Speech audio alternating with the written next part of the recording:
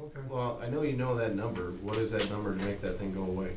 Just Not the cheap. localized structural components, and that's assuming it doesn't send the whole building into a domino effect. It's $100,000. But I will point out the structural engineer. So we're as an architect, I push back on the structural engineer all the time. Get rid of columns, open up spaces. So we're having the same issue even with the canopies. These little canopies, they don't seem like a lot, but when he evaluated the existing structure for the lateral systems of the building, it was at 98% capacity. So like Chris is saying, these are extremely efficient buildings. That's why they're inexpensive. No, I shouldn't say inexpensive, but they're efficient. So they're designed at absolute, that last fraction of their capacity. So you have less steel and less bracing and all that kind of stuff. So that's great when you build it originally, but then once you touch it, all of a sudden there's nothing left. So it's very difficult. So the second you touch that structure, like Chris is describing, you start to have to evaluate the entire structure, not just a column here or there, but that's putting more lateral load on the building, which is spread throughout the entire diaphragm system of the building. So then you have to actually analyze not just that column, but you actually have to analyze the entire structure, and that's where you end up in these places where once you do that, then you find out, well, on the other end of the building, there's something that doesn't meet code. So now you end up redesigning practically the entire structure. So that's the issue we're in, where you take out the one force of the brace. jet plane now, Jeff, that's coming this, let's say the terminal building's here, the plane is coming this way, making the turn. Yeah. So the air is not really gonna hit the building. It's laid out to it, so Directly? the jet blast is not hitting the building. Yeah, okay. I mean, this gets to the central point of what this building was. This building was originally a low-cost corporate hangar for Mitel. And it's been retrofitted into the passenger terminal, but at the end of the day, that's what the bones of the original building are. It was a low-cost structure, and that causes some problems that we really can't get around. Scott, you really, for the canopy, you're just talking for the canopy part of the old building. Exactly, yeah. The- So The new building canopy will be designed, you're okay with that? Absolutely, The way- yeah. So right where our signage on the canopy begins, that is kind of where you're talking about the issues with the. exactly. So this portion Yeah. here is pretty Just difficult. that, but the rest And- is good. Yeah, everything out here is good, but then on the back side, Same thing. there's some issues there, and we'll get through them, but Yeah. they're just not as simple, because, this section where it's all new, it's very easy to, design columns from the get-go, and they're not much different than the existing columns, but they're designed and the footings are different, that overturning Yeah. moment is, brought back into the ground, so that's exactly right. So, it's all doable, but, just makes it trickier. But the other thing I guess I say is, we're, trying to always look back to, this 10-year project. So there are things like that where there's this cross brace, in the middle of the queue space. Sure, if this was a 20-year or 30-year project, maybe we'd approach it a little differently. But I think we can manage it. And actually, maybe we can go to the next rendering. Or this is the same one. Yeah. So this, I think we showed this last time. So when we laid out this queuing space, that it happens that where that brace falls works actually pretty well. So again, this is kind of right after you come in the entry, you're looking down at the queue space. The ticket counters are over here.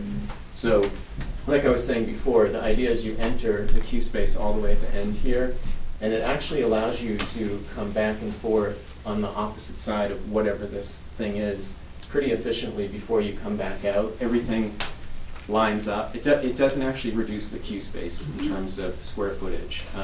So if you have, let's say, 4-foot wide lane, this happened to land basically right where one of those stanchions would have been. So if it was off by 2 feet, all of a sudden you just killed 10% of your queue space. But that, for whatever reason, we lucked out, and so it actually doesn't reduce the amount of linear footage of queue space. So that's a good thing. Is there a way to make an archway out of that instead? Yeah, I mean, you can see where the structural brace comes in and over, so you're coming around the wall on the, Oh, you know, okay. that side. So there, yeah, there's a lot of things we can do with it. What we're going to look at is some sort of translucent material, so visually it's all open, and then it can be used for signage, you know, Okay. other amenities. You know, it just, I think signage probably makes a lot of sense. For Logos. TSA especially. Yeah, well, most of the TSA signage, their regulatory signage is going to be closer Well, to the the stuff that we checkpoint. have to do. Yeah, there's other signage. So there's a lot of opportunities to, I think, make this thing actually be kind of a feature, you know? So when people see it, you know, if we use some sort of colorful translucent material, so, you know, you can see through it, you don't feel like someone's hiding on the other side. So, you know, security is always an issue, and safety, Oh, that's right. and have some practical use for it. I think it actually can be kind of interesting. I mean, you'll see the brace, but sometimes it's nice kind of seeing the guts of the building, you know. So, Well, let me ask you a question. I mean, can you, is there any plans for any electricity, or we don't have any monitors or anything there? Could you mount it to that wall or something? I don't know what, informational type of stuff? sure, yeah, we could put, yeah, flight, I mean, the FIDS, I don't know if we really need flight information here, because there's only one flight, but, you know, when this is full. But sure, yeah, there could be. The weather in Orlando's not bad. Yeah, exactly. So I think Whatever. there's, yeah, exactly, there's all sorts of opportunities like that. I mean, we need to figure out what we want to do there soon, because we have a few weeks, so it's certainly something that if we need the infrastructure for monitors, we'd want to know about that, if that's something that appeals. And I know we talked about having monitors in the whole room, like CNN kind of monitors you see, so we could definitely do something like that. I mean, my perspective is we probably, I think from a safety issue, we want it to be somewhat open. Like, I wouldn't put a solid wall there. I think that will, you know, from a customer experience, it doesn't, it's not a very friendly, you know, thing to be walking through this, past this solid wall and hiding everyone. I think that would look a little odd, but, so I think we could do signage, but I do think there should be some transparency or translucency to that wall, so to make that whole thing, space feel a little bit more open. I mean, fundamentally, the question is, can you blend this in with everything else that's going on and make it look right, so it doesn't look funky? Yeah. I mean, that's the, because that's where 38,000 people are gonna be, go right by that point. Yeah, and I think the answer is yes. I feel like we can. I feel like we can make this, I'll say, be a feature, you know. How many I people do. potentially can fit on this side of that wall in those crowds? You know what, I don't remember the split between one side. The vast majority are on the opposite side. So this, I can look, I don't remember the actual split I'm between the two just different wondering, sides. my guess is that, for the most part, we aren't going to use that to its capacity. I think you will. I think at peak times, it depends on, you know, we keep hearing that the Legion passengers arrive very early, so which is great, so that flow tends to be spread out. I think there's a lot of factors, like I was saying. If there are 4 ticket agents, then yeah, I think I agree with you that then that queuing space will be, people will be moving through it pretty quickly, and you won't have a lot of backup. If Allegiant only puts 1 agent there, or Cape Air, whoever's, you know, acting as the agent for Allegiant, there's only 1 ticket agent. Based on, you know, your typical arrival profiles, that will be full. So it really depends. I think that's one of the things, you know, opening day, those first few flights, you're going to have to see how it works, see what it looks like, see how people actually arrive to the airport, and monitor it. And if they can get by with 2 agents, great. If not,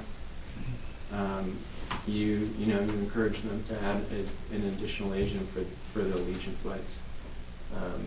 But certainly, I would say, based on, again, your typical arrival profiles for passengers coming to the airport, if there was in 177 passengers, a relatively full plane, if you have one ticket agent there, the models definitely show that's going to be very full.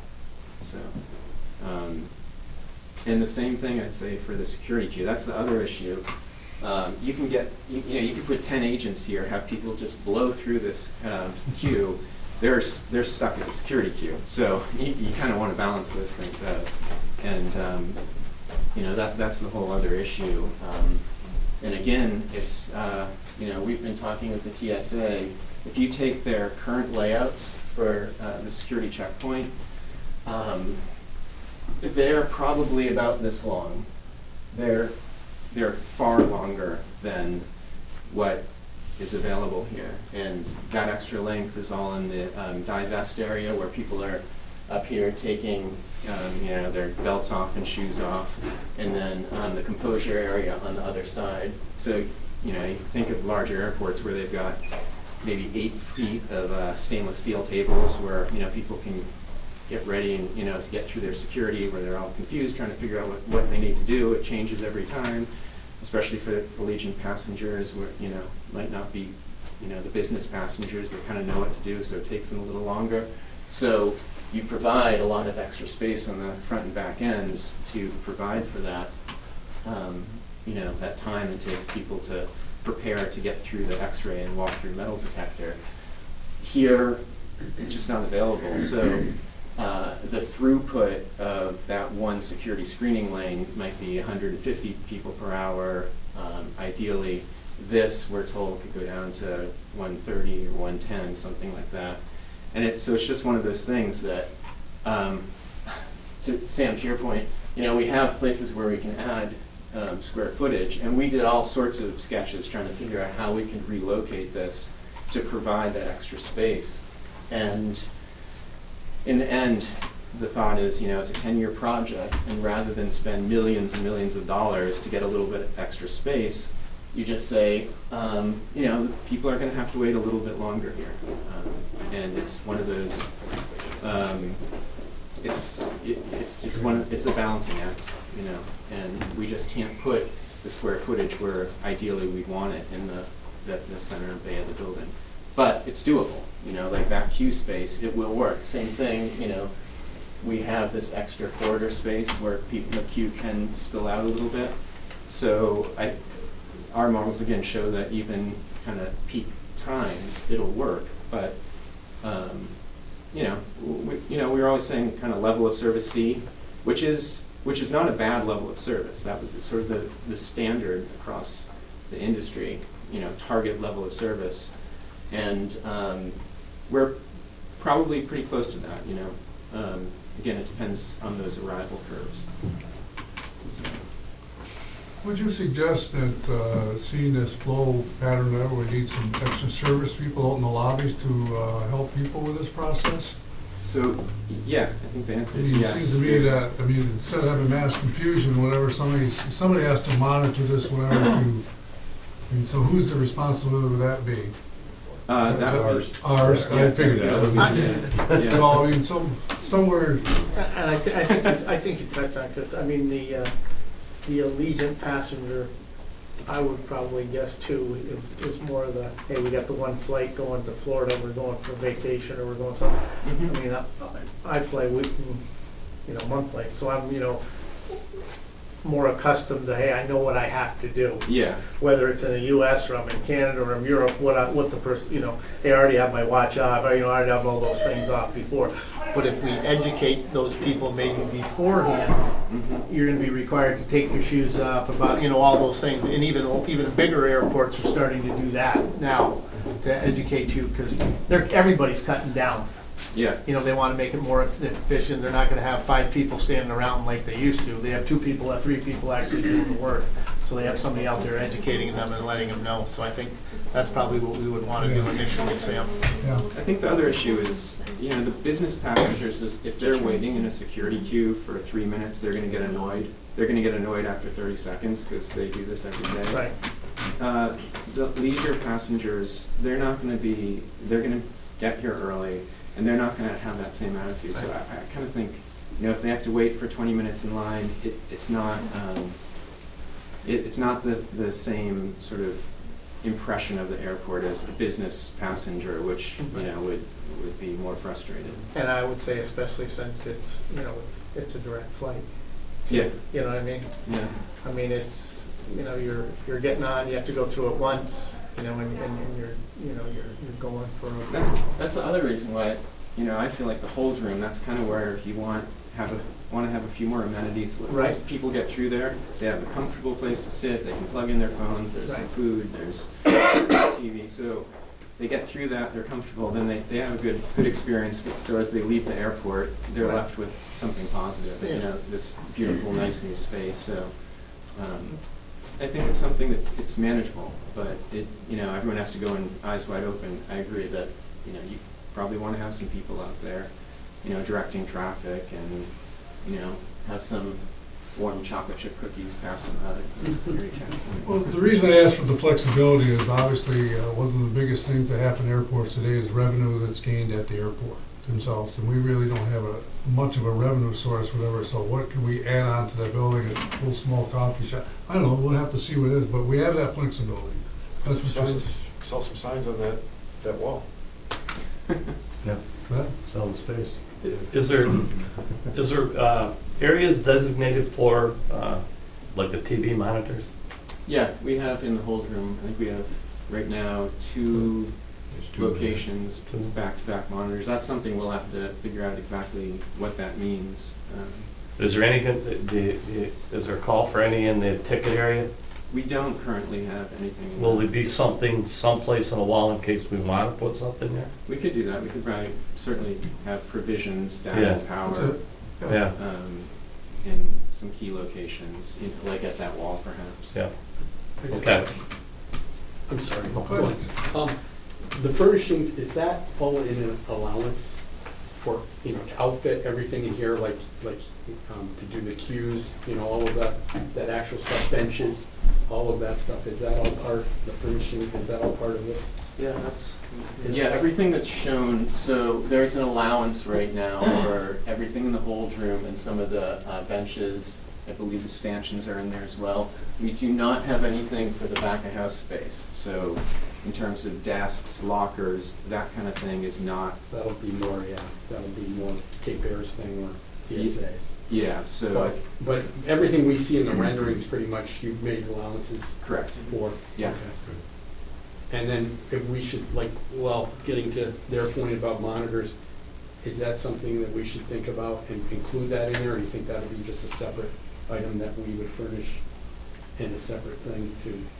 I mean, I would say if we want to do it, we should do it. And It's just one less thing What's you your have to worry thoughts? about. I mean, we definitely need the infrastructure for it, and then, you know, worst comes to worst, we could either install it as part of the project, or that piece on the wall right there was, what, $1,200 at Walmart or something like that? So, I mean, there's various ways to take care of it, so. There are companies out there that will provide the displays, but you have to, then they want the advertising. Yeah, the other thing to consider, Wade, you know, you talked about using that hold room as a meeting space. We'll provide the infrastructure for some type of projector or something along those lines, but that's maybe, Yeah, that's we'd something outfit you it. guys would want to Finish outfit that. yourself. Right. Okay, thank you. yeah, our thought was, at least, we haven't talked about it a lot, but if the screen, excuse me, screen was over on this wall, we could provide power, excuse me, in the ceiling there, so you could put a roll-down screen at a future time, you'd have the power set up there, and then the controls would be pretty easy to Yep. bring down this wall.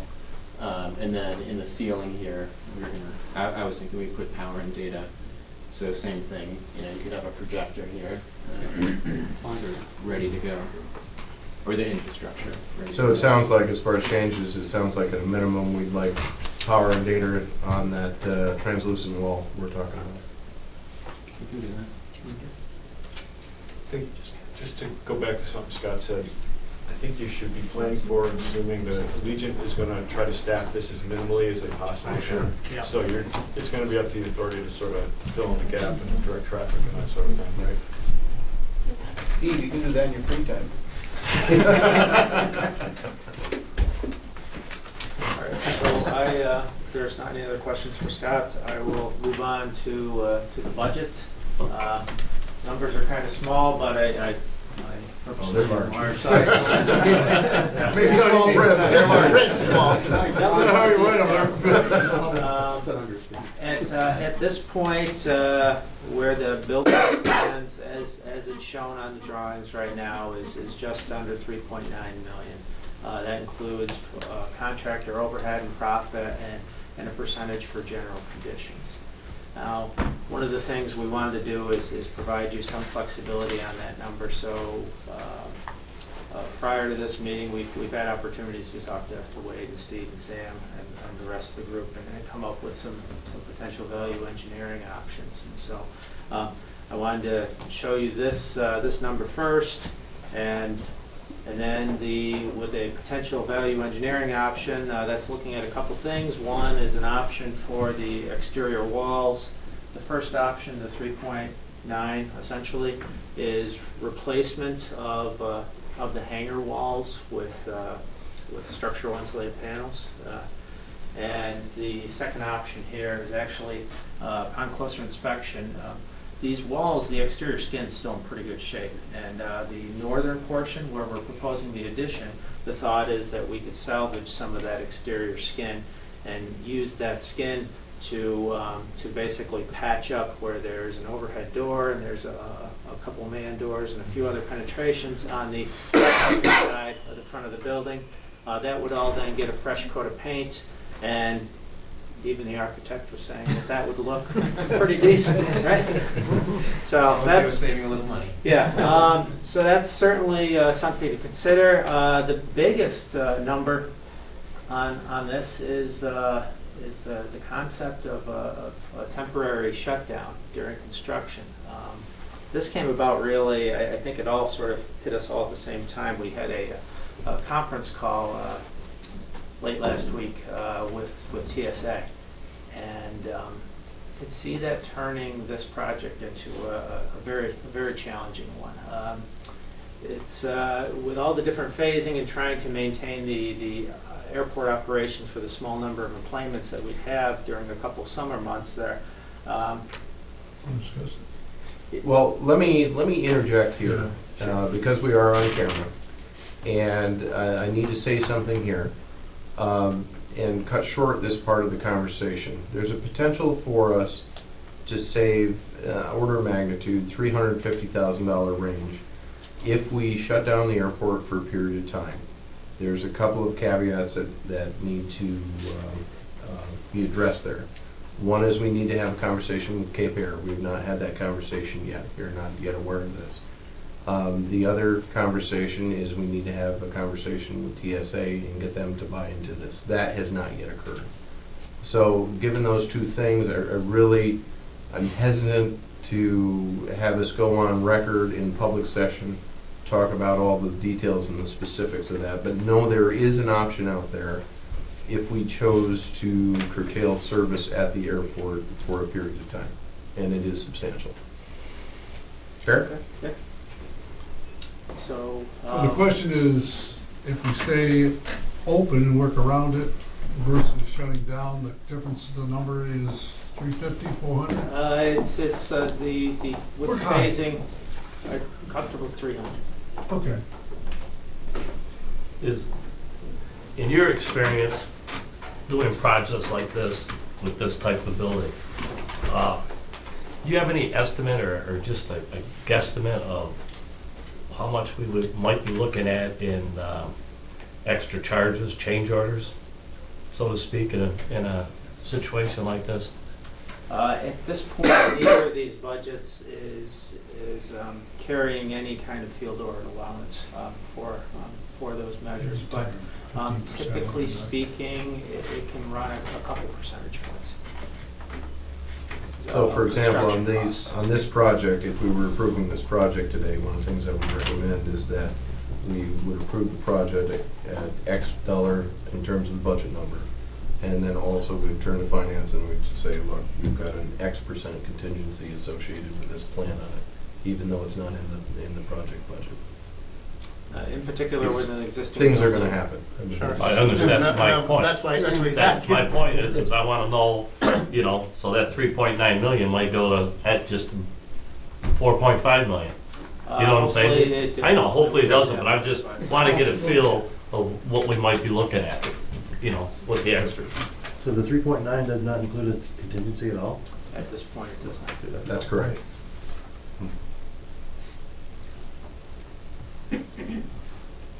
Question I got as far as engineering costs, and I was involved in a project that the value of the contract or the cost of the project was the engineer got a fee related to that final number. In other words, if it was $1 million and it went to $2 million, okay, the engineer got a percentage of the $2 million cost.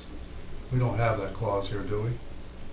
Okay, so whatever it is, at your costs, okay, everything stays the same, whatever, okay. Well, we bit the bullet pretty good, well, but that's, you learn those type of things, that something's in there and you didn't realize it was in there, so we have that, okay. Yeah, our contract was written around an estimated construction cost initially of Okay. 2.9 million. Okay, We're at 3.9. whatever it is, your engineer, it's whatever Yeah, it it was a lump costs, it sum, costs. and that won't change Yeah. regardless. Okay. So I could get into specifics on any parts of this if you'd like to, but. Well, I gotta tell you this, I mean, I'm looking up there and I see all these numbers and I can't see them here, and I'm not sure what flexibility you have and what decision we make here. I don't know what the board feels about what they're looking at, but, I don't, do we have a say in this at this point in time, or this just an estimate what you think those numbers are? This is our design development estimate. Okay, so- As the next couple weeks and the decision we make from this point Okay. on, I mean, they'll have a. So there's, I don't know what Define that. number you got on there, whatever, if you say something here, there's some flexibility in some of these numbers in certain areas that you will, Typically, we like to err on the caution side, you know, Scott, I mean, some of the numbers we talked about, if we get a number from a contractor or a vendor that says, hey, it's gonna be between $20 and $25 a square foot to do whatever, we're putting in the $25 a square foot just to be safe. So, and again, I don't know if I ever actually answered your other question that you asked.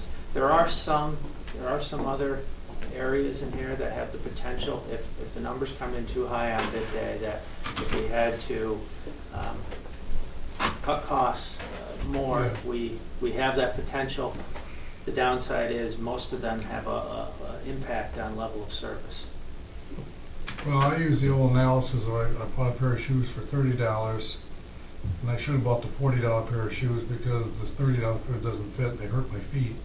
So I don't wanna spend $4 million, and I should have spent 4.4 million, I don't wanna go any, you know, I'm saying is, so you gotta be careful that you get what you get, and it has value to it, if that making sense with that, and that's the issue here.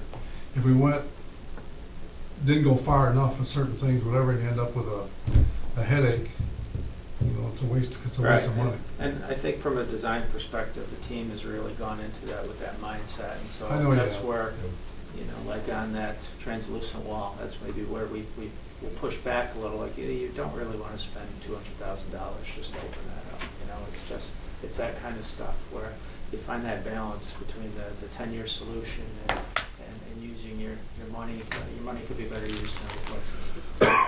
So I'd suggest, let's pick a couple of these items for discussion and see if we've got consensus. Number one, that temporary, or not temporary wall, that translucent wall. Keep it in there?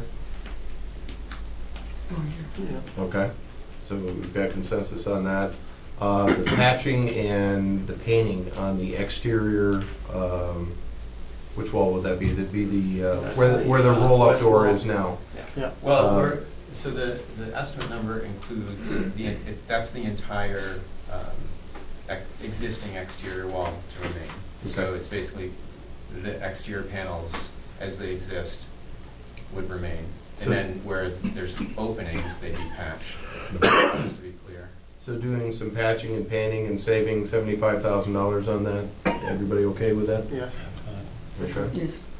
What's the, I apologize, I can't read it from here, what's the one that's, the green one that's highlighted about 5 or 6 from the bottom there? That's the phasing idea. The phasing. Yeah. Let's talk generically about the phasing. If there's a way to work with the airline and TSA to curtail service at the airport for a short, reasonably short period of time to save $300,000, is that something that the board is willing to entertain? I say yes. It's definitely, you have to have that conversation, for sure. Yes. And I'm willing to say you gotta have the conversation, but obviously, in the end result, we wanna make sure that it's beneficial to everybody involved, that, you know, we're getting our savings, but plus the airlines are getting what they, you know, I mean, it's a balancing act, is what I'm trying to say. But it's definitely worth the conversation. And I think we have to look at if there's any ramifications Exactly. back towards Exactly. the authority and what we do there. We'll explore it further, but I think we've got consensus to go in that direction. Was there any other area that you needed direction on? I don't think so. I mean, Okay. you know, I think some of the other areas, there are still some VE options that I haven't presented here, but I think it's to the benefit of the project to keep those in at this time. Okay. We have a similar building in this town, Lockwood Center. It was built the same way. And what they did is, after certain monies come up and whatever, is they cut pieces out of the stone, or add stonework in, made it aesthetics to whatever, so. I mean, so really understand the dynamics of the building you have a tin can, and then you say, all right, what do you do with the acoustics and all those type of things, and structurally, you know, I mean, they added stonework. I don't know if you know where the community center is here, but, you know, it's just downtown, and just similar type of building. And of course, obviously, they went a little further with it, and then they added solar panels up on the roof, which we can't do, but, you know, those type of things. But we have a similar type of building that we worked off here, so I understand exactly what you're dealing with. Sam, maybe it's just something I feel I need to say. I think we want to just be obviously we want to get our bang for our buck in everything we do, because this is people's money and everything we want to do that.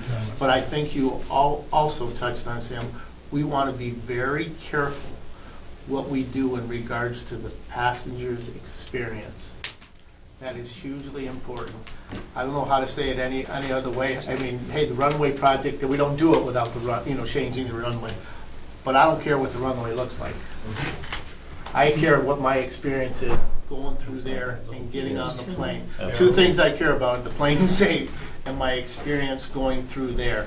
So we just want to be very careful of what we're trying to cut and the services that we want to offer people. Because obviously, if people don't get on those planes because they're having a bad experience, that's not good for us. We want them to be able to go through smoothly. So. Well, to your point, there's actually one other additional thing we need to keep our eye on too, because you have the experience of the parking, you have the experience of the terminal, you have the experience of the plane, and then you have the experience of the return. Three of those are directly under our control. Exactly. And without it, you have 38,000 angry people. Right, exactly. Exactly. And they might not come back. Right, so exactly. And we'll give them your phone number.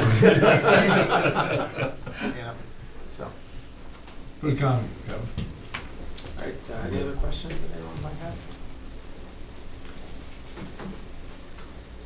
I don't have any. If you guys wouldn't mind hanging out for just a moment when we're go back into the, we still are in board meeting format, but if you wouldn't mind hanging around, we go through the airport items, and that way if there are any questions, we've got the knowledge right here in the room to answer those questions. Thanks, Chris. Thank you, folks. You too, Scott. Okay, Jeff, you too. I was waiting.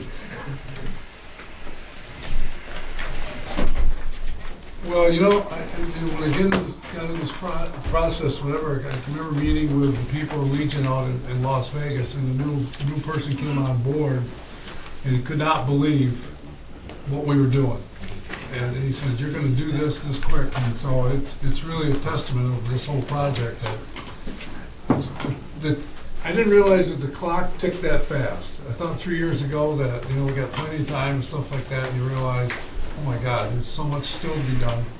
But I think we're staying on task with what the timeline we want to do, and I appreciate all your folks are doing that.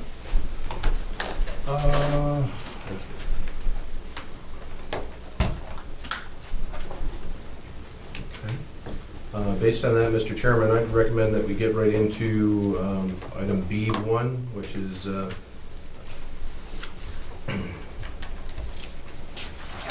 Okay, you're gonna jump, Federal okay, I see what you're doing. Okay, administration. Okay, good one. Sorry, I apologize here. Yeah. Let me enlarge this so everybody can see this on the screen. Okay, this is a ratification for the grant offer with the FAA in the amount of $7.6 million, round numbers, associated with the airport expansion project. This is one of the things, it's a housekeeping matter that we need to go ahead and have the ratification done.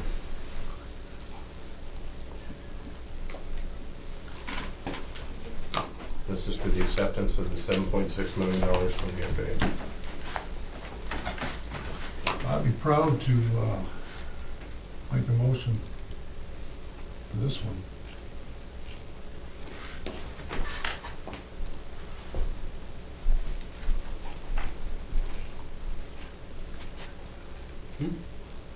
I'll second that motion. Fine.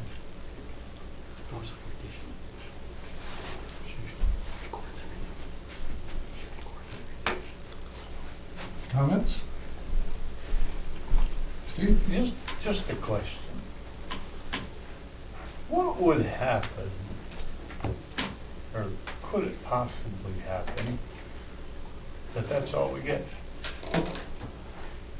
Well, that's one of the fundamental questions that even with the ADO, whatever, ask you exactly that same question, is do you have financing in place just in case? Because they don't want to give you $8 million and then you can't finish the project, whatever you want to be. And so that is part of the process that we've done, is to put the financing in place to where we want to be. So how we recover that money, that's what all these type of things are in place here, the parking, employments, the bridge and all those type of things. It's the risk, it is the risk. But here's what the recommendation the ADO also gave us is, we will get this project done. We don't start something and not finish it. So that's the second caveat of what you're dealing with. Okay, what happens next? How you get it, when you get it, maybe Jeff, you can answer that question better than anybody. So the worst case scenario is you use your entitlement money that I talked about, the $150,000 a year, you just keep pouring that money back into the project, and then in 2019 it goes to $1 million a year, and just keep pouring your entitlement money into paying this off. That's the worst case scenario in my opinion. Assuming entitlement is still around as Congress does its thing in the coming months. Which But you know, here's what Steve's concern is the same that we all have, is, you know, we all leave this board at some point in time, and, you know, we really don't, we want to leave solutions, not problems behind. And so, do I want to walk away on my watch and say, look at this headache I caused for this next board that comes through, whatever one, after us? And so that's the sensitivity of what we're doing. Is it all going to be encumbered, whatever? We all have experience of past boards and what they did or wouldn't do, and I'm not here to criticize past boards, but there's accolades that boards do, they don't get credit for. But people remember the problems that they left behind. And this to us is, you know, what type of problem are we going to leave behind for the next people? To specifically answer your question, there are no guarantees. We are taking on this project at risk for the extra $10.8 million. We're optimistic that we'll get that from FAA via the cold weather provision. There are no guarantees. And again, it's up to Congress. A lot of it hinges on what Congress does and what changes they may or may not make to the program. But this amount of money would take us so far. So if we weren't to get any more,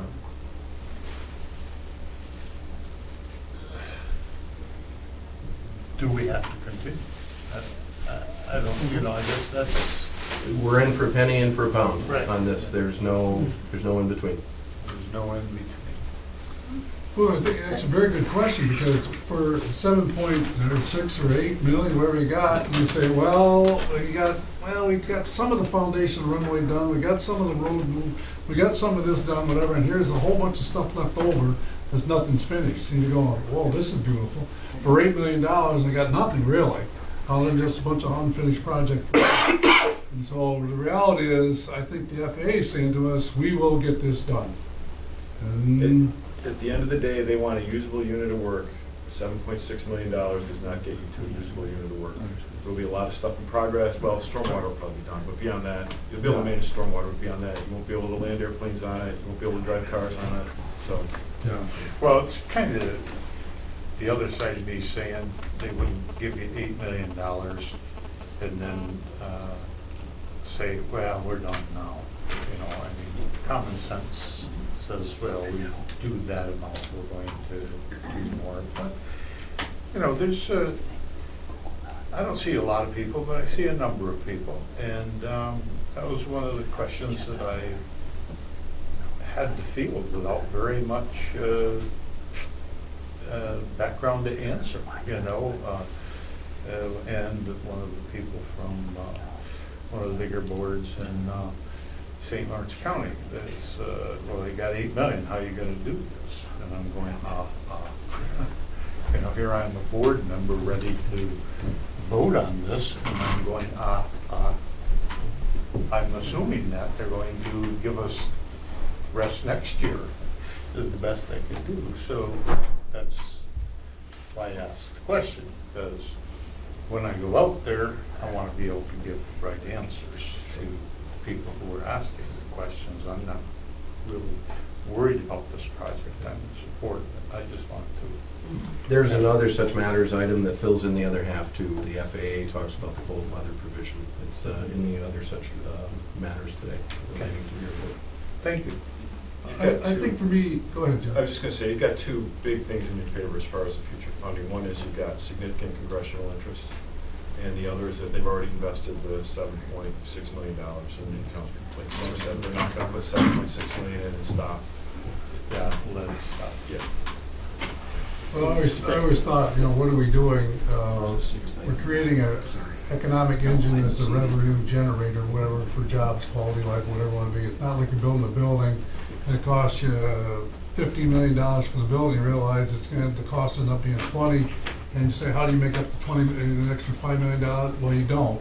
Here, whatever our costs are, wherever we have a chance to create some revenue to pay it back. And that's why we talk about the marketing aspect, okay, and everything that we do, that momentum continues. We just, because we got the project, we have to drive harder now. We actually have to drive harder, you know, so. Kevin? Mr. Chairman, and I love you to death, Steve, but I'm gonna play the devil's advocate. Personally, I feel much better about sleeping now than I did before. We're on the hook for a lot of money that we'd allocated to this point with no guarantees of anything. Right. Good point. Now, we've been given $7.6 million, the second largest, program in the state, the top 68 in the country. I feel much better that going forward, somebody's not gonna pull the rug out from us. And to go take it one step farther, worst case scenario, if we tapped into the revenue part of it and all of our other sources that we haven't gone after to this point, I think we could still get it done. So I feel personally a heck of a lot better sleeping tonight after we got the 7.6, knowing that we've had the, not having all that money that we've allocated to this point that we're gonna recoup, so. My son started at Clarkson this year. I couldn't tell you how we're going to pay that tuition bill his senior year. We'll figure it out. Right, and banks make loans to people that are at-will employees every day. And you never know. Yep. Right? Exactly. You never know. With an at-will employee. Right. Any more comments? We only have a motion, we don't have a second. No, we did. Yeah, I second Yeah, this. yeah, yeah. I second. Yeah. You think of things that you do in life, and you say, all right, all of a sudden you're gonna say, this is the final, one of the first steps, and you're gonna say, all right, I'm gonna take on a $25 million project, okay, and this is for $8 million, and so we realize now how important the job that we have as board members. Roll call vote, please. Mr. Loeffler? Yes. Ms. Breen? Yes. Mr. Barlow? Yes. Mr. Reagan? Yes. Mr. Lomashe? Absolutely, yes. item B2 is Atlantic testing.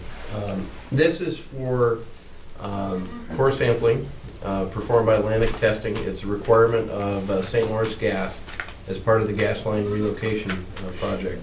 To keep things moving, I approved a cost not to exceed $11,258.50 for Atlantic testing to get those 6 borers that go down to a depth of 50 feet done and get that information turned around and to St. Lawrence Gas. I gotta make a comment here, and this is for you, Wade, and for anybody here, or whatever, as the board, some things have to be done on this project the clock is ticking, and I'm not sure how you feel about it, but how you wanna let the board know that you have to make a decision without a board meeting, and that you have that ability to do that. Well, knock on wood, I get uncomfortable every time there's a word ratification, because one of the options the board has is always to say no. I don't like ratifications. I much prefer to do things in process, dot the i's, cross the t's. But there are some things on occasion that need to be done. That being said, we are nearing the end of the, I guess, crazy period, for lack of a better term, where these type of decisions need to be made immediately. So I think you'll start to see things more in process as we go forward. Okay. I support this, but I'd much rather have seen St. Lawrence Gas help us out with half of that cost that we're going ahead to improve here. Oh, that's an excellent point, and I apologize, I forgot to mention that. This is a charge that would be fully billed back to the authority by St. Lawrence Gas. So given the fact we could respond quicker, get it done quicker, and the bill was coming up to us anyway, that's why it made sense to engage Atlantic Testing to get it done ASAP. Can't do the road without all this stuff being done. Well, I understand that. Yeah. But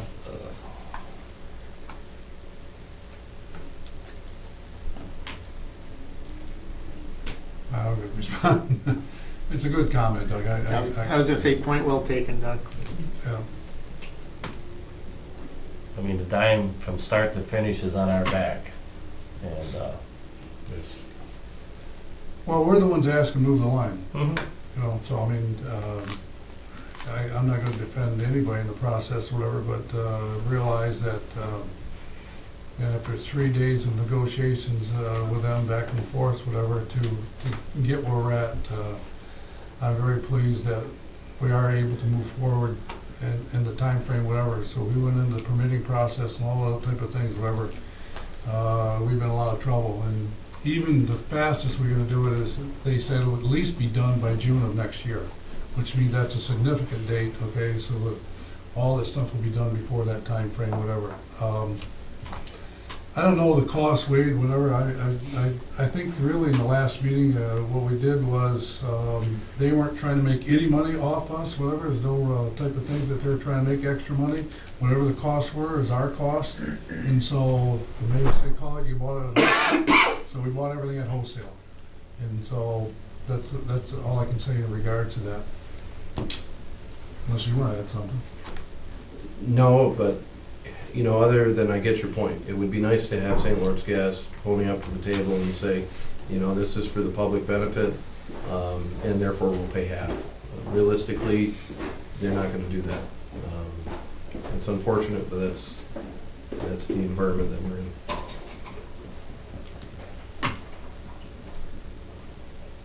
Need a motion? I'll make that motion. Thank you. You know, I can't do it. Oh my God, that's right, you can't. I'm looking at you and going, wait a minute. I'll second it. Okay. Roll call vote, I need to abstain. yeah. Ms. Breen, Yes. Mr. Barlow, Abstain? Mr. Reagan, Yes. Mr. Lamacha, Yes. and Mr. Lockwood. Yes. Agenda item B3 is approval of the grant from the New York State Department of Let me Transportation. stop a second, because I want to make a clarification here for Steve's standpoint, whatever. It's his sister runs the operation, and by rule, Steve was not involved in any dialogue and discussion. So I think by rule, that's exactly appropriate, Steve, and so that's how it has to be done. Oh, yeah, I'm sorry, go ahead. Oh, that's okay. Yeah. Item B3 is approval of the New York State grant. This is for the 2.5% of the $7.6 million, or $199,933. I'll make that motion. I'll second. I gotta get back here.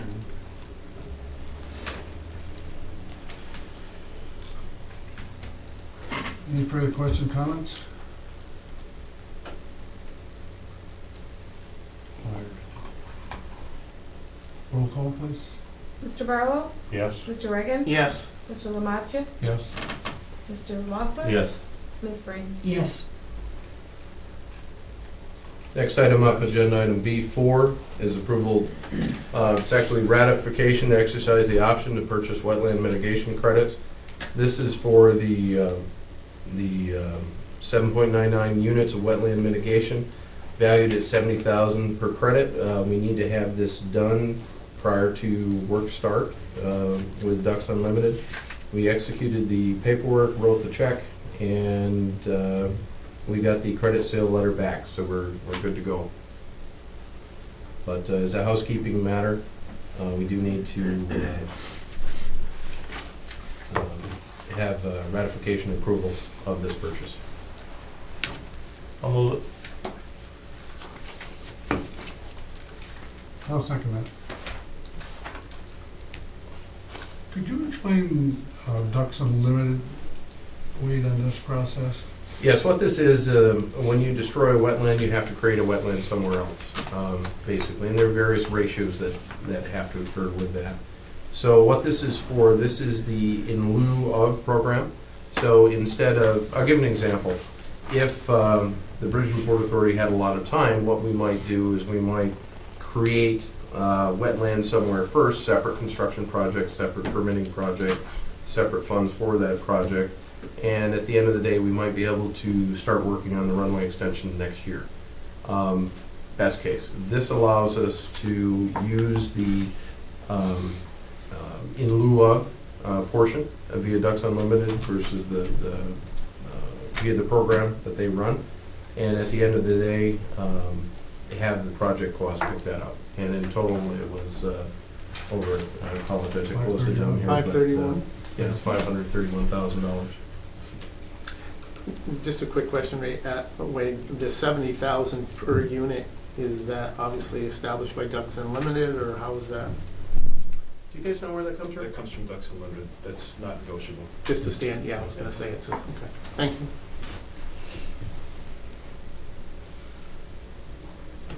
Further discussion, comments? I've got a question. Jeff, do they do that, when they do the wetland, they'll take this money and they'll make wetland somewhere else. Will they do that in St. Lawrence County, or will that be in Maryland, or? No, it has to be within the watershed, so it'll Okay. be somewhere within the Oswego County watershed.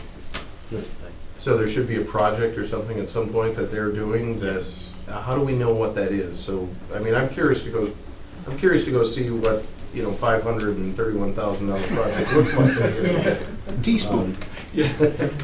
I mean, how do we know where and when that's gonna occur? I'm sure they'd share that with us, I Okay. don't know, but they have, in order to have the similar fee program, they've got that all negotiated with the Corps of Engineers. The Corps of Engineers had to approve it ahead of time, so there is an agreement that specifies exactly how that money gets spent.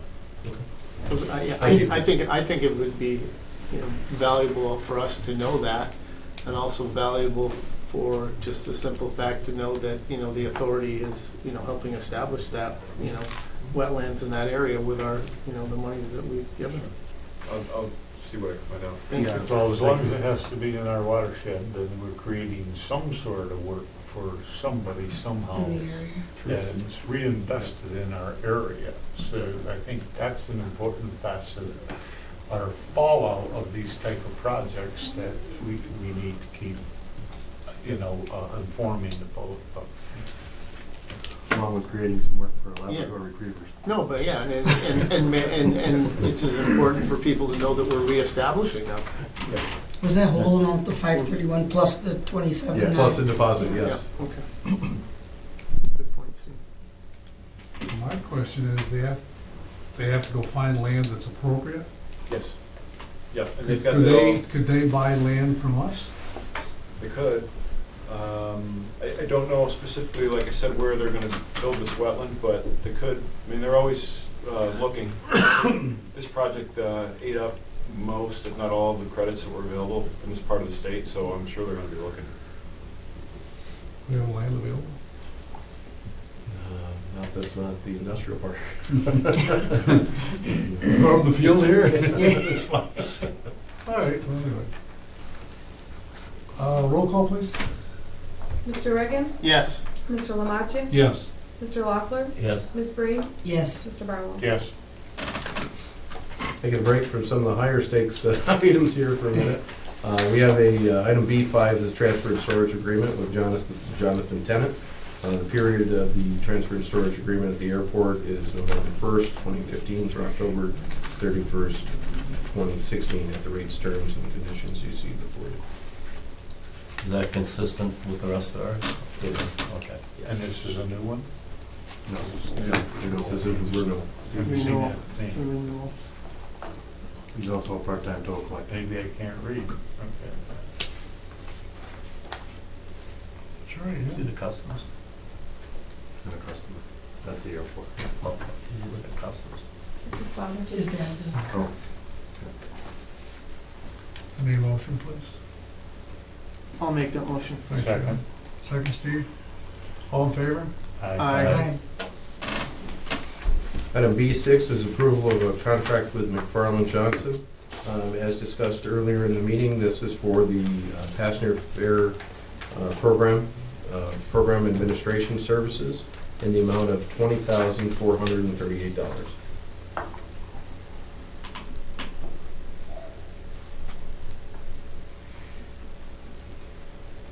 And this is to do with everything that you explained to us, right? Plus more. Plus more. I kind of gave you the watered down version, but there's some more. We do everything from write the letters on Wade's behalf to the air carriers, to put together all the coordination with the FAA, to writing whatever public notice you guys are looking to do, to me sitting down with Fred and going through some of the old stuff just to make sure everything is up to the current standard. So, So is this fee recoverable? Yes. Using Yes, it will be. PLC? Thank you. Well, I think it's important what you just said, because I don't want to get to the finish line and somebody says, you didn't do this, that, whatever, so I mean, Right. I don't, no chance for error here, so. Excellent. I'll make that motion. Motion, Second. second? Roll call? Mr. Lamache? Yes. Mr. Loeffler? Yes. Ms. Breen? Yes. Mr. Barlow? Yes. Mr. Reagan? Yes. Passes. Under other such matters, there are a few things relating to the airport. Suggest that we do that at this time. Going right into item D1. This is kind of a process that we're resurrecting from a couple of years ago. This is where, as a board, we have you approve the airport capital improvement projects. It basically it outlines, as you saw on the screen there earlier, what our outlook is from 2015 through 2020, and what the capital plan is for the airport. At some time, Wade, can we get a copy of that? Certainly, there's also a, we can get you a hard copy. There's also an electronic copy with a link right there. No. Okay. I'll move it. I'll second.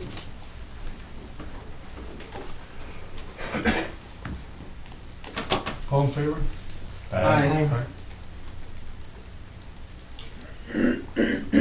Item D2 is a forward-looking document. This is one of these times that I'm going to ask for authorization in advance to sign a document when and if it shows up. This is for the second part of the airport project. It'd be an FAA grant in the amount of $10,895,537 or less for the FAA when that comes in. So that way, when it comes in, we can turn it around. We don't have to call a special board meeting, and we're all set.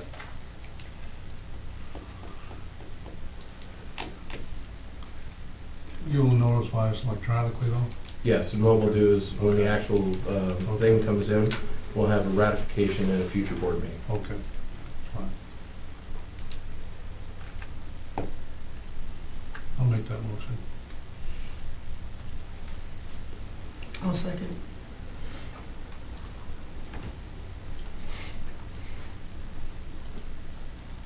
Comments? That will be awful exciting, I'll tell you that. That'll be awful exciting, Definitely. yeah. Roll call, please. Mr. Loeffler, Yes. Ms. Breen, Yes. Mr. Barlow, Yes. Mr. Reagan, Yes. Mr. Lamache. Yes. At the same time, when we get that grant, the paperwork will most likely show up for the state portion of the grant, so I figured we'd take care of two things at one time here. And that's authorization for approval of a grant with New York State DOT in the amount of $290,672 or less. That represents DOT's 2.5%. I'll make that motion. Second. Okay, thank you.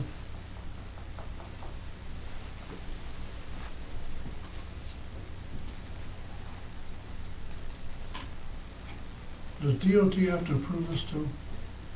Yes, they would be the issuing entity. Okay, so.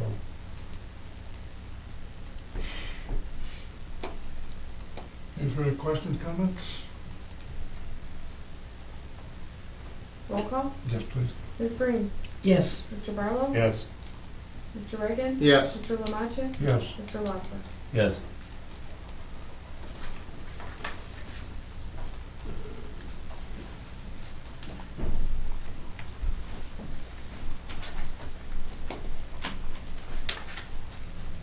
The next item is a change directive for authorization levels.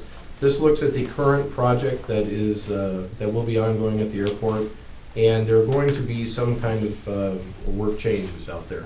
And one of the things that we want to do is going into this is define specifically what they are and what the approvals are for these.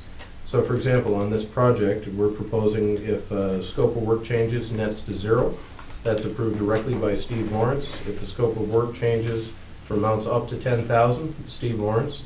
Between 10,000 and 25,000, Steve Lawrence, then myself. Anything over 25,000 comes to the board for authorization. Refresh my memory, there is a contingency fund in that. Was there a contingency fund in the original project? There is contingency money. What this is about is sometimes we'll swap out an item or something. Yeah, yeah. And so it gives us the ability to make changes. The hope is obviously that we come out neutral on the money end of things.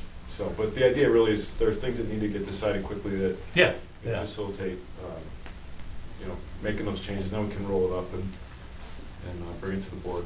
Every time I see that dollar figure, I say, oh, yeah. Yeah. Doug, Ka-ching, ka-ching, yeah. Also, if, I'll be out there, but part of that, if it can wait, and we can bring it to a weekly progress meeting and talk about it, we will. I'm not, but part of that is there's just some things that are really a daily thing, they might affect No, progress. I don't have a problem with that. I was just curious. No, for but my just to own- make you feel better that, this basically would go from an actual, an hourly thing where, okay, let's keep going, but then, okay, maybe it can wait on a weekly thing. Well, then we could talk about it at the progress meeting, which Wade would be part of, or I can update him at the end of the day. And then if it's something that we feel needs to, we can resolve it there, we will. If not, and timing isn't that crucial, then we'll bring it to the board. Mhm. It's not to circumvent the board in any way, but just things that we had brought up that will affect the progress of the program. I guess why I ask that is I've been involved in a few, as Sam has said before, I've been involved in a few projects, and sometimes that contingency budget just goes right out of sight, and they're coming back asking for more than what was allocated, and it's just one of my pet peeves. We will be here regularly for the board meetings to update you on what's happening with the project, Okay. both from a construction and from a financial perspective. So. And the one thing too, and I think you mentioned, and so did, is that we'll ask, can we pay for that? And a lot of times they'll have a solution already there, and we just won't change our mind on that. We won't spend that money twice. Yeah. If it's been taken out of something we know is done, then we'll justify it with that and won't spend it again. So we wanted to get out ahead of this and use a best practice to find it up front and clearly define the boundaries on this. I agree with the process on that. My question is this, though, is that a total, or is that each time it comes up? As a, for instance, if there are 3 at 9,000, that's 27,000. Now, have we now exceeded the need Yeah. board approval? No, that would go to board approval. Yeah, we would, so what we talked about was aggregating them and putting them all together. In other words, if I approve that 9, then we approved another 9, and all of a sudden we're at 27, we put that all together in a change order and bring to you and explain each one of those 9s. And it's just that I would just have to explain each one of those, and Wade would, or whatever, those decisions. But ultimately, you'll see everything. It won't be, well, let's just say we only did 9,000 in the whole project. Eventually, that would show up as a change order, and we would explain that. But you've got, what you were thinking right there is exactly what will happen. Thank you. Well, I got a couple of thoughts here. One is board process with facilities committee in regards to Mr. Barlow and Mr. Loff and myself. We only live short distance here or whatever, and so a lot of times before we went through facility process, just to say that you report to that committee, just so we're aware of it, then whatever, and off you go, and then we'll hold that over until the board meeting to finalize. I think that's the process I remember Mr. Carter had, and so maybe I'm wrong on Well, that process still exists, but the thing is, you've got to have we're in a very tight time constraint here. I understand that. And the facilities committee can't approve the expenditure of funds. That's reserved for the board. Right, but at least you can go through the process, make them aware of what you're dealing with, okay, and so. Well, certainly, and we will continue to do that. Let's do that then. But we'll do this too. I guess my point is, we need to have both. I don't- We need to that's have right. rules defined, and that's Okay. what this does. I'm all for that. The second question I have for you, Mr. Lawrence, how are you gonna do this? What do you mean, how am I going to do How are this? you going to handle if we have a major project at the port and do the project things at the bridge and things at the airport? Do Same as you I- have a twin brother that can help Same as you? I always have. Steve, I'll help you. I'm really, no, I'm seriously concerned, Nights and concerned, okay, of what your time frame and what I mean, it's not a question of your expertise, don't get me there Right. what I wanna be, but I'm concerned that, you stretch the rubber band so far, and okay, I'm whatever. kind of, everything's higher level for me now. My people have picked up a lot of things that Okay. I might deeply get involved in. They know kind of how, they check with me, so used to be I'd get into, well, do we need a new pump for an HVAC unit? And I'd be going back and forth with pricing and things like that. Instead, I've got 2 or 3 people that say, we get this through state contract at Howland Pump or something, and that usually is a guideline, they can go right ahead, or they'll leave me a note, order this for me, and we get it from Granger the next day. So those type of things, I'm not running around doing anymore. And I have to hand it to my staff. Between Scott and Terry and Ronnie, they give me the high level stuff of what they feel they can't go any farther without some direction. I keep it spinning, all the plates spinning, and kind of check with them, but that's kind of how I do it.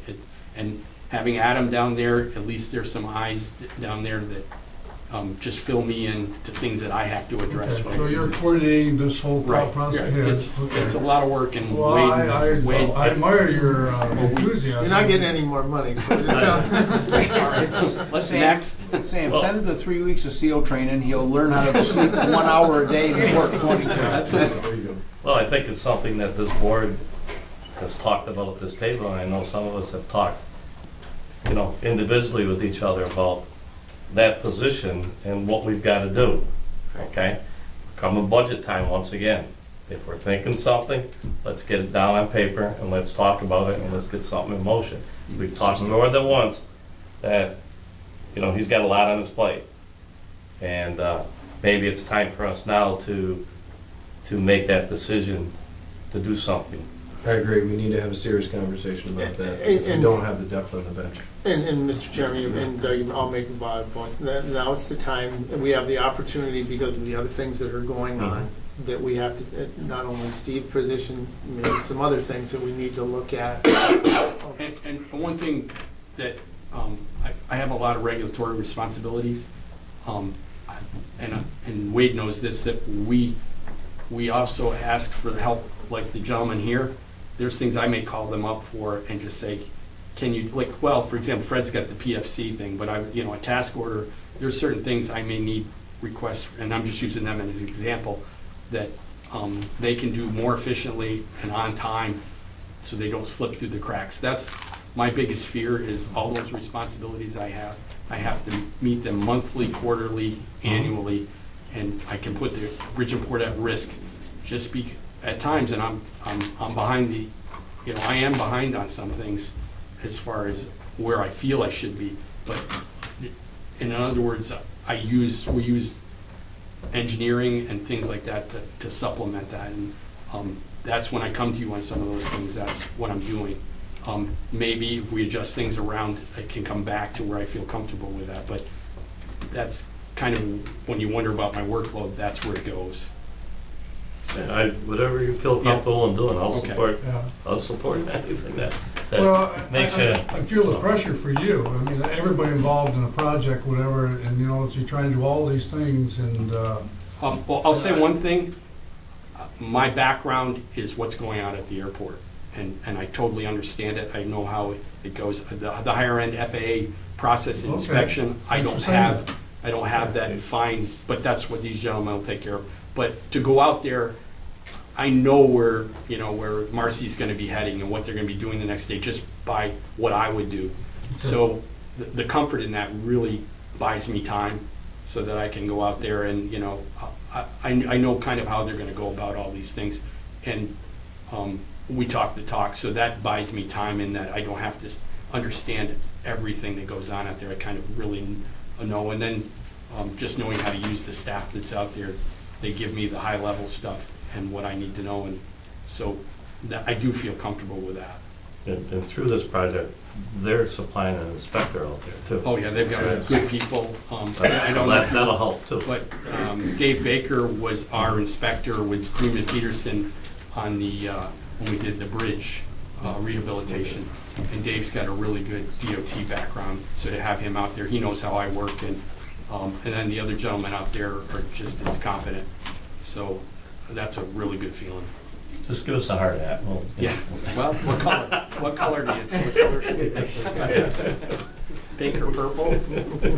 We anticipated that this would happen as we grew, Right. and as I say, we know help is going to be needed. I hope that the executive director can look at the resources we have, and perhaps there's a way we can reallocate resources or people to help out in that situation, and that our first reaction to this is not hire, but let's plan, and look at possible ways to reallocate what we do within. And then we may have to hire, or we may have to create a position or whatever, but to look at what we have to stabilize. I can remember a meeting not many years ago where we were looking at the executive team, and I think it was a worry of the executive director, Mr. Davis, that look at the amount of money we're spending on the executive team, and it's expanded. Not to say that it hasn't expanded, we supported that expansion, but let's look at how we can reallocate those resources now that we've done many other things with the port and the airport, and bringing other people in to perhaps cover some of the things that need to be covered, because this guy definitely. I couldn't agree more. One of the things that we need to look at is exactly how we get the right people in the right places. One of the interesting things about Steve's job that I've come to understand is there are a lot of things that go on behind the scenes, under the radar. Like, I'll give you an example. The security plan for the airport is probably going to have to be rewritten 3 times between now and next October. How do you balance that with a wind project, with a construction project, with hopefully a bridge project if we get the Tiger grant? And how do you make that thing work? one of the fundamental issues that I see here is we're growing on the construction side of things, and we're growing in terms of our facilities. You need to juxtapose that against our lack of growth on the revenue side. And our revenue side of things is how we pay for the extra people, the extra bodies, the extra assistants. So we've got a unique challenge there that we'll look at through the budget process this year. More ships. I found out more ships is an amazing thing if the port can Yep. get active and do things. We're hopeful, we Yeah. got some irons in the fire. Yeah. I'll move this. I'll second. Oh, ice cream. Go sleep.